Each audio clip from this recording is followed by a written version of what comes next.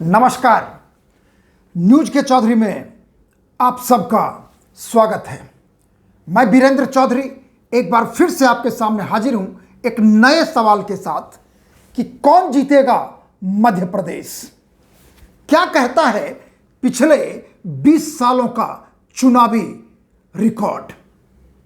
आइए इन्हीं सवालों पर देखते हैं न्यूज के चौधरी।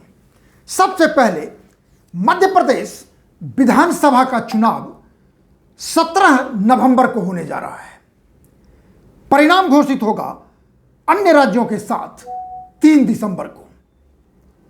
विधानसभा में कुल सदस्यों की संख्या है 230, जिसमें चुनाव हो रहा है। यानी मेजॉरिटी की संख्या चाहिए किसी पार्टी को 116 है, और 116 जिस पार्टी को मिलेगा उसकी सरकार बनेगी। अब सवाल है कि आखिर सरकार किसकी बनेगी। हालांकि मेरे पास परिणाम अभी नहीं है, ना ही चुनाव हुआ है, लेकिन हम आपको वो जानकारी देंगे कि पिछला 20 साल का रिकॉर्ड क्या कहता है।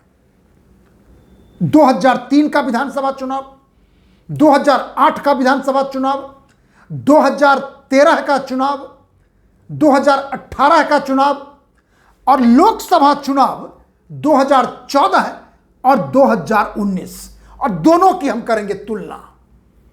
और लोकसभा को इसलिए लेते हैं कि 2014 के बाद, जो मैं अक्सर कहता हूं कि भारत की राजनीति में एक अलग डायमेंशन का आना हुआ है, अब वो है प्रधानमंत्री नरेंद्र मोदी। तो आइए उससे पहले मध्य प्रदेश पर एक नजर डालते हैं कि 1950 में जब से मध्य प्रदेश बना अब तक किस पार्टी की सरकार रही है। अब देखिए 1950 में पहले मुख्यमंत्री बने पंडित रविशंकर शुक्ला, और रविशंकर शुक्ला के 2 पुत्र श्यामाचरण शुक्ल और विद्याचरण शुक्ल। श्यामाचरण शुक्ल भी बाद में मध्य प्रदेश के मुख्यमंत्री बनते हैं, और विद्याचरण शुक्ल इंदिरा गांधी के बड़े ही खास नेताओं में से एक होते हैं, और वह केंद्रीय मंत्री बनते हैं। तो पहला मुख्यमंत्री रविशंकर शुक्ल 1950। अब कांग्रेस की सरकार देखेंगे तो 1950 से लेके 67 तक वन पार्टी डोमिनेंस पूरे देश में, और मध्य प्रदेश में भी वही होता है। 1967 में संयुक्त विधायक दल तकरीबन 1 दर्जन राज्यों में कांग्रेस को पछाड़ देती है, जिसमें एक मध्य प्रदेश भी है। और मध्य प्रदेश में संयुक्त विधायक दल की सरकार बनती है, जो चलती है 1967 से 69 तक। और फिर उसके बाद 69 से लेके 77 तक कांग्रेस की सरकार होती है, और उसमें श्यामाचरण शुक्ल 2 बार मुख्यमंत्री बनते हैं, जिनके पहले मुख्यमंत्री उनके पिता रविशंकर शुक्ल थे। और 1977 में जो पूरे देश में एक आंधी आती है, जिस आंधी में इंदिरा गांधी को उड़ा ले जाती है, और जनता पार्टी की सरकार बनती है। और मध्य प्रदेश में भी वही होता है। 1977 से लेके 80 तक उसमें 3 मुख्यमंत्री बनते हैं जनता पार्टी के। पहले कैलाश चंद्र जोशी, वीरेंद्र सकलेचा और सुंदरलाल पटवा, आप लोगों ने नाम सुना होगा। लेकिन 1980 में फिर से कांग्रेस की सरकार बनती है मध्य प्रदेश में, क्योंकि इंदिरा गांधी जब सत्ता में वापस आती हैं तो जितने विपक्षी राज्यों की सरकारें थी सबको उन्होंने बर्खास्त कर दिया। और 1980 से लेकर 1990 तक फिर से कांग्रेस की सरकार, और उसमें श्यामाचरण शुक्ल फिर से बनते हैं, अर्जुन सिंह भी बनते हैं। लेकिन 1991 में 1990 में फिर से भाजपा की सरकार बनती है, और सुंदरलाल पटवा भाजपा के मुख्यमंत्री बनते हैं।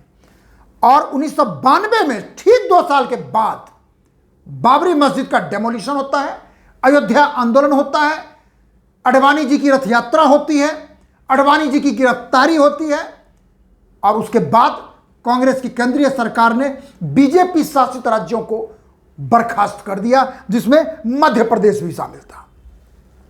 और उसके बाद 1993 से लेकर 2003 तक कांग्रेस की सरकार मध्य प्रदेश में होती है, जिसके मुख्यमंत्री होते हैं दिग्विजय सिंह। और 2003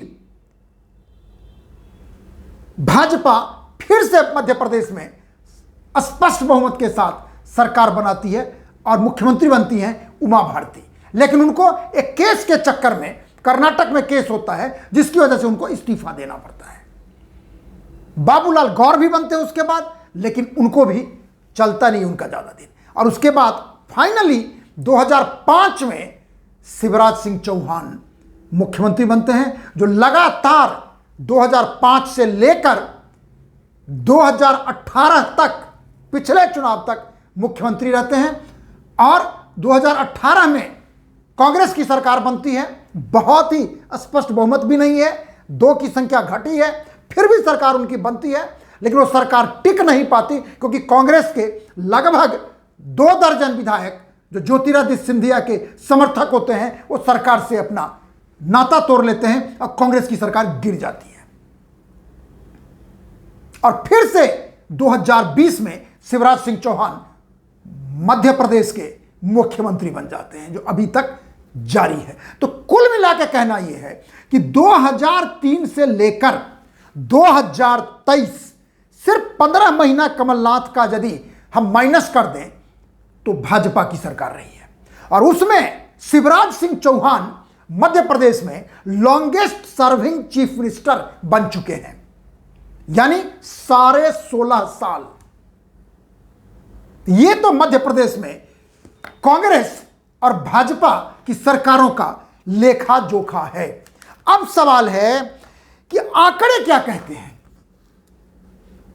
और आंकड़ों के खेल में आपको मैंने ब्रॉडली यही बताया कि 2003 से लेकर आज तक बीजेपी की सरकार रही है, सिर्फ 15 महीना छोड़ के, वो भी सरकार नहीं चली। अब देखिए, मैं आपको 2013 विधानसभा चुनाव, 2014 लोकसभा चुनाव, 2018 विधानसभा चुनाव और 2019 लोकसभा चुनाव का आंकड़ा तुलनात्मक रूप में बताते हैं कि एडवांटेज किसका है, कांग्रेस का या बीजेपी का।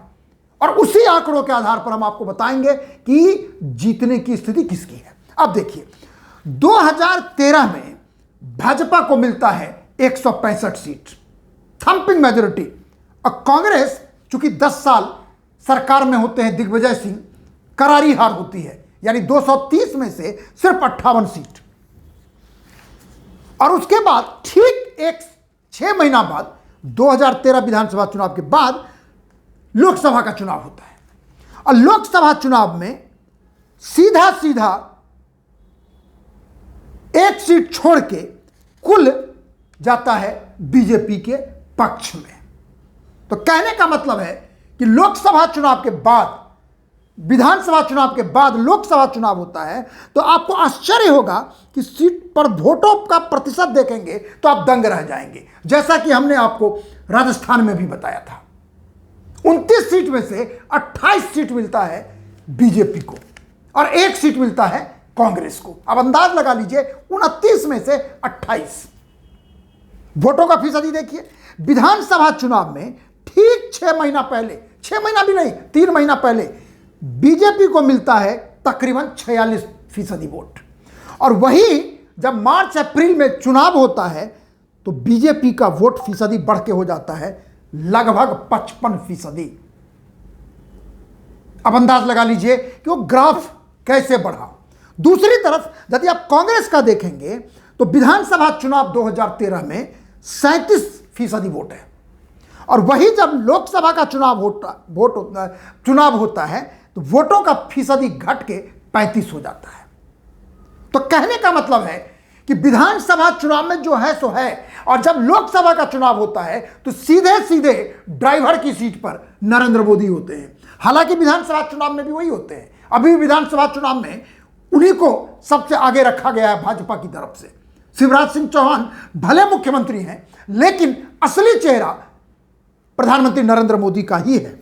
अब देखिए 2018 और 19 का आंकड़ा क्या कहता है। 2018 और 19 में भी तकरीबन यही होता है। विधानसभा चुनाव में कांग्रेस को मिलता है 114, मेजॉरिटी मार्क है 116, और बीजेपी को मिलता है 109, यानी बीजेपी 7 सीट पीछे मेजॉरिटी मार्क से, और कांग्रेस 2 सीट पीछे। फिर भी सरकार बनती है कांग्रेस की। लेकिन कमलनाथ मुख्यमंत्री तो बनते हैं पहली बार। 9 बार लोकसभा का चुनाव जीत चुके हैं कमलनाथ। बड़े कद्दावर नेता हैं कांग्रेस के, बड़े छिंदवाड़ा से लगातार जीतते रहे चुनाव, वो हारे ही नहीं लगभग, समझिए 9 बार लोकसभा सदस्य रहे, केंद्र में केंद्रीय मंत्री रहे, इंदिरा गांधी के बहुत ही खासम खास रहे, संजय गांधी के बहुत क्लोज रहे, कुल मिला के बड़े ही नेता रहे हैं कांग्रेस के, और पहली बार वो मुख्यमंत्री बनते हैं। लेकिन 15 महीने के अंदर ही पार्टी की फूट ने उन्हें इस्तीफा देने को मजबूर कर दिया, यानी तकरीबन 20 विधानसभा सदस्यों ने इस्तीफा दे दिया और वो बीजेपी में शामिल हो गए। और वो विधानसभा के मेंबर थे जो सीधे सीधे ज्योतिरादित्य सिंधिया के प्रति वो कमिटेड थे। और फिर से क्या हुआ, 2020 में सरकार बन जाती है शिवराज सिंह चौहान का। तो देखिए 18 के विधानसभा चुनाव में 114 सीट कांग्रेस को मिला, 109 मिला बीजेपी को। अब वोटों का प्रतिशत देखेंगे तो कांग्रेस से ज्यादा मिलता है बीजेपी को। सीट भले कम मिला, लेकिन वोटों के फीसदी में देखेंगे तो नंबर 1 पार्टी 2018 विधानसभा चुनाव में बीजेपी ही है। इतना एंटी इनकम्बेंसी होने के बाद भी अंदाज लगा लीजिए आप, 2003 का चुनाव, 2008 का चुनाव, 2013 का चुनाव लगातार भाजपा जीतती है। चौथी बार तो एंटी इनकम्बेंसी होना चाहिए, लेकिन ऐसा हुआ नहीं। सीट भी 109 पर चला गया। और जब लोकसभा चुनाव होता है, कांग्रेस को 114 मिला था, कायदे से मिलना चाहिए, मिला क्या, 29 में से सिर्फ 1 सीट। वोटों का फीसदी देखेंगे तो बीजेपी को मिलता है 58.5%, 41.6 से सीधे 58.5%। और कांग्रेस का वोट फीसदी 41.5 से घट के 34.8। यानी यह है कि वोटों का स्विंग देखेंगे 2018 और 19 का, तो सोचिए भारी इजाफा होता है बीजेपी के वोटों में, लगभग 17% का। और 17% का स्विंग क्या कहता है, यदि आप चुनावी रिजल्ट के बारे में सोचेंगे तो आप अंदाज लगा सकते हैं। अब सवाल उठता है कि ये जो हम आंकड़े आपसे कह रहे हैं कि 2013 का विधानसभा चुनाव, 2014 का लोकसभा चुनाव, 2018 का विधानसभा चुनाव, 2019 का लोकसभा चुनाव, क्या कहता आंकड़ा यह कहता है कि बीजेपी जब से सरकार बनी है 2003 में, कभी भी यदि आप एवरेज निकालेंगे, मैं आपको एक इंटरेस्टिंग डेटा बताता हूं कि बीजेपी को 2003 में मिलता है 173 सीट, उसके बाद 2008 में मिलता है 143 सीट, 2013 में मिलता है 165 सीट, 2018 में मिलता है 109। यदि हम एवरेज निकालें चारों का, तो ये चारों का एवरेज ही बनता है लगभग 148 सीट 230 में से, मेजॉरिटी मार्क से काफी आगे। उसी प्रकार यदि कांग्रेस का एवरेज निकालें, 2003 में 38, 8 में 71, 13 में 58, 2018 में 114, एवरेज 70 सीट।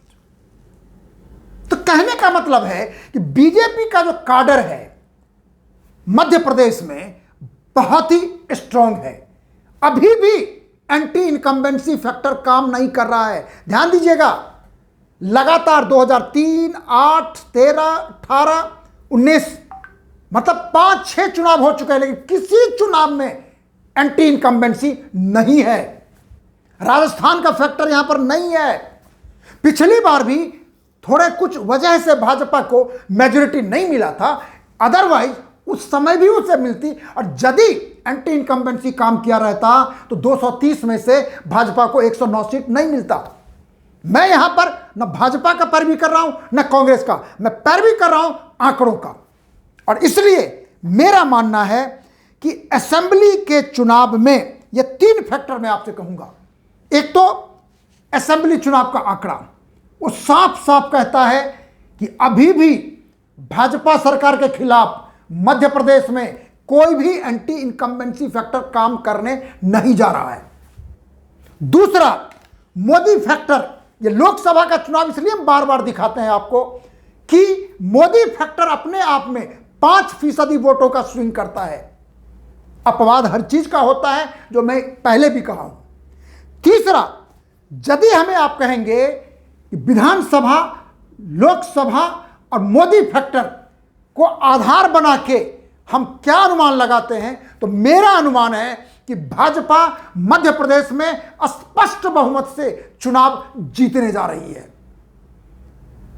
कमलनाथ कद्दावर नेता हो सकते हैं, कांग्रेस ओबीसी सर्वे का नारा लगा सकता है, लेकिन शिवराज सिंह चौहान स्वयं ही ओबीसी हैं, प्रधानमंत्री स्वयं ही ओबीसी हैं। वो काम तब करता यदि कोई अपर कास्ट का मुख्यमंत्री कैंडिडेट होता, अपर कास्ट का प्रधानमंत्री कैंडिडेट होता, लेकिन ऐसी स्थिति नहीं है।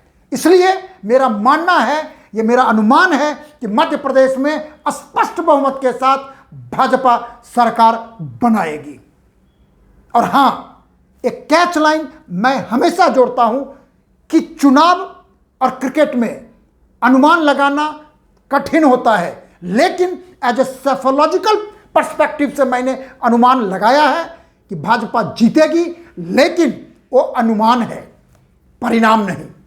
परिणाम के लिए हम सबको इंतजार करना पड़ेगा 3 दिसंबर का, जब मध्य प्रदेश का बैलेट बॉक्स बताएगा कि कौन जीता मध्य प्रदेश, कौन बनेगा मुख्यमंत्री और किसकी जीत हुई मध्य प्रदेश में।